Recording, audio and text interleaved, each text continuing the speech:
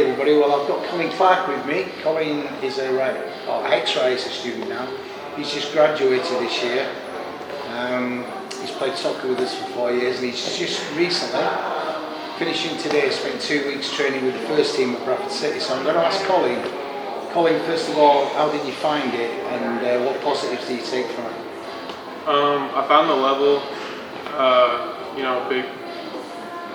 bigger step up from what I'm used to playing. Obviously, it's much quicker.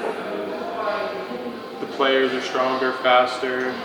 Decision making, you need to just be ready right away. It was overall a good experience. I got to play with some very experienced players. Learned a lot. I now know that what that level is like. Okay, great. And I've got to ask you this, Colin, because I've spoken to the manager of Bradford City today, and he told me that he wasn't too far away from the other players, which is credit to you, because obviously you haven't played for like 6 weeks since lockdown. I know the first week was difficult, and you found the fitness unbelievably different. And if you haven't been playing, if the boot were on the other foot, they'd be just the same as what you are. But what advice would you give to future students and young lads with potential like yourself if they want to be a professional footballer? It takes a lot outside of the field. When you go in there, you find out how much nutrition, how the players eat, plays a big part in how they perform and what they do. Being in the gym is such a simple thing, but a lot of people don't even think about doing it. I mean, once you get into those higher levels of English football, everyone's strong, everyone's fast.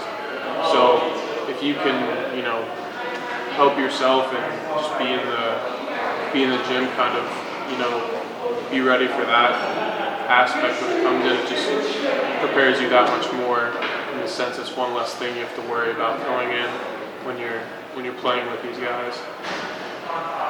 Okay, great, Colin. Okay, so having spent a fortnight training with the first team at Bradford City, Colin, what advice would you give to future RIASA students and future young talented footballers? Well, just within the first couple of days being there,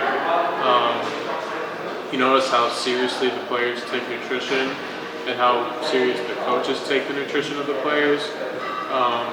It's something that can go over your head when you're a footballer, but it's a pretty big necessity when you are playing. It plays a big role in how you're going to perform. Same thing would be, just doing extra work, as much extra work you can in the gym or on the ball with your mates or whoever. It will play a big part in how you're able to move along as a player. Excellent. And what I was going to ask you, Colin, also is, I'm sure you'll benefit from this experience. Like you say, you've played with a lot of experienced players. I know 2 or 3 myself there that have been in played in the Premier League. Yeah. How's it going to help you in the future, do you think? Well, sometimes, when you're not, people see the Premier League and they think that's the only league that really has top football, but you'll still play with top footballers in those, second, third divisions. And getting to play with players that have had that much experience, even at whatever level they've played, they've all played at a high level. That just kind of rubs off, what's needed to play at those levels. And being there for 2 weeks, I've got to see, what is necessary to be a player in one of these teams. Great. And is your ambition still to be a professional footballer or soccer player? Yeah, absolutely. Rejection is tough, and it just comes with the territory. You're not gonna walk into every team and shine right away. I'm just going to take it as, you know, a learning and a stepping stone and moving on with my career. I mean, that's all you can do. You just have to put it past you, learn from your mistakes, learn from your experience there, and move on with it. Yeah, absolutely. I mean, you talk about rejection there, and I could tell you a load of players that I know personally that have been rejected in some form with trials or whatever it might be, and gone on and had great careers. You know, Naki Wells is one of them who we had as a student. Stu McCall, who's the manager of Bradford, he was rejected as a 15-year-old and a 16-year-old, I think by Leeds United. They were saying he was too small, and he went on to play in the World Cup and Everton in Europe and the Champions League. So yeah, I always take the advice that something positive comes out of something negative. So hopefully for you now, you'll go on and use this experience in a positive way, don't you think? Yeah, absolutely. I think, you know, even just talking, you know, amongst the players, you know, you find out they're talking about football all the time off the pitch, and you know, they talk about their own stories where they've had a player that they played with that not rated at all, and then he's gone on and played in a Premier League or, you know, something else. He said it was a completely different player.